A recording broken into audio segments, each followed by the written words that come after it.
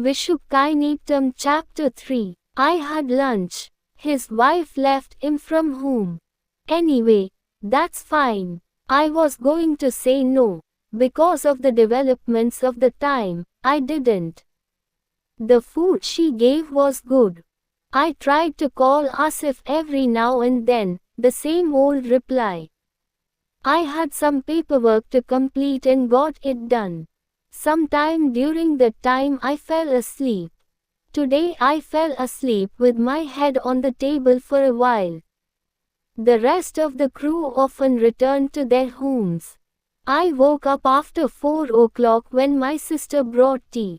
I have slept well. Asif was called again while he was drinking his sister's tea.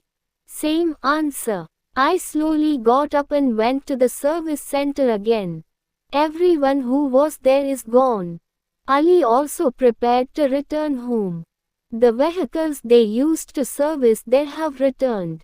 They have already paid all the vehicles due today.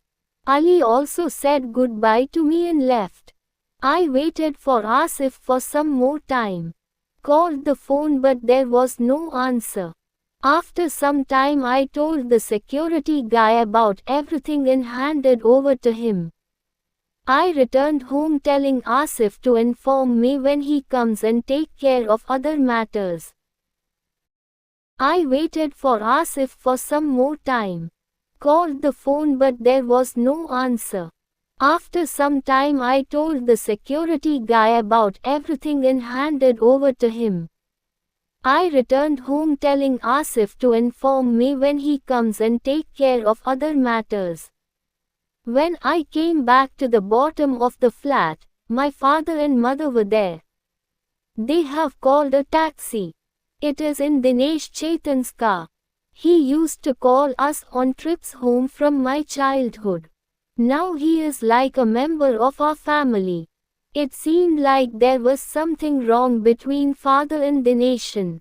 I went there and looked. The matter is simple. They had said when they came from the country, going back after Vishu. Therefore, he was asked where to leave the vehicle and go back by bus. But he is not ready for it. He says he will come back with the car another day. If so, then you don't need to come from here. I will call another car and come. After some earlier talk, in a way, Dinesh Chetan agreed to it. Dinesh Chetan car came after changing a flat side. Then my father told me to take him to the bus stop. I saw my father putting a few more rupees in his pocket. On the way I was going to take Dinesh Chetan to the bus stop.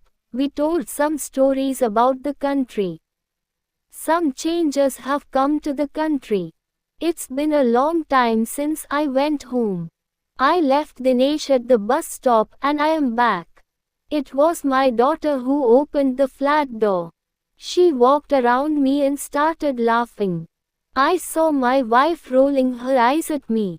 I don't understand what happened. I went inside and mom was looking at me too.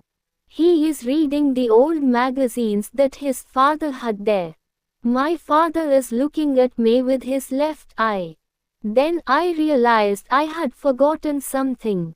He came to his wife and took out the list of things that he had given her in the morning from his pocket. Oh, I forgot about that. What will I doubt if she gave me the job? I ordered both and went inside. My mother joined my wife and came to bite me. Did you bring us here to make us starve? We have yams and berries that we brought from the country. Can you boil them for you? Mother's reply. After hearing this, my father stopped reading and stood up. Father started talking from my side. He went to work. Sometimes you forget when you go and come back. Do you need any supplies? I can go and buy them. Saying that, my father went to the room. That's when Asif called. Isn't he posted me just in time? Didn't I call there for a while? Calling today for the first time. He said sorry as soon as he called. After that, things started to be said. He said that he is now in Idukki and today is going to be here due to the filming of the movie. The other day I have to go to Gulf for the promotion of the new movie. Therefore, he had to stay there till the shooting of the film was completed. It was not possible to call and talk about things from here, where the phone is not a place where there is anything in the range. He said that he will be late for a few more days when he comes back from Dubai. He asks if the vehicle can be delivered tomorrow. He has promised to come on time. Just because the assurance given today is rubbish, I couldn't give a definite answer. He replied that I will call the manager and ask him. I called the manager and told him he had no objection. There is no practice of not opening on holidays as in normal workplaces. Celebrants will come according to their availability, so we will have to work around their time. According to the manager, I called Ali and told him about the matter. Ali also agreed to come.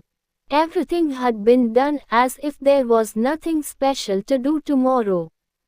There was no special need for Ali, but if there was a need he would be useful. Called Asif in return and agreed. When I returned after making all my phone calls, Kochumal and grandfather had already gone to the shop. It doesn't get any better from here. I went into the bathroom and took a good shower before I got in front of my wife and mother.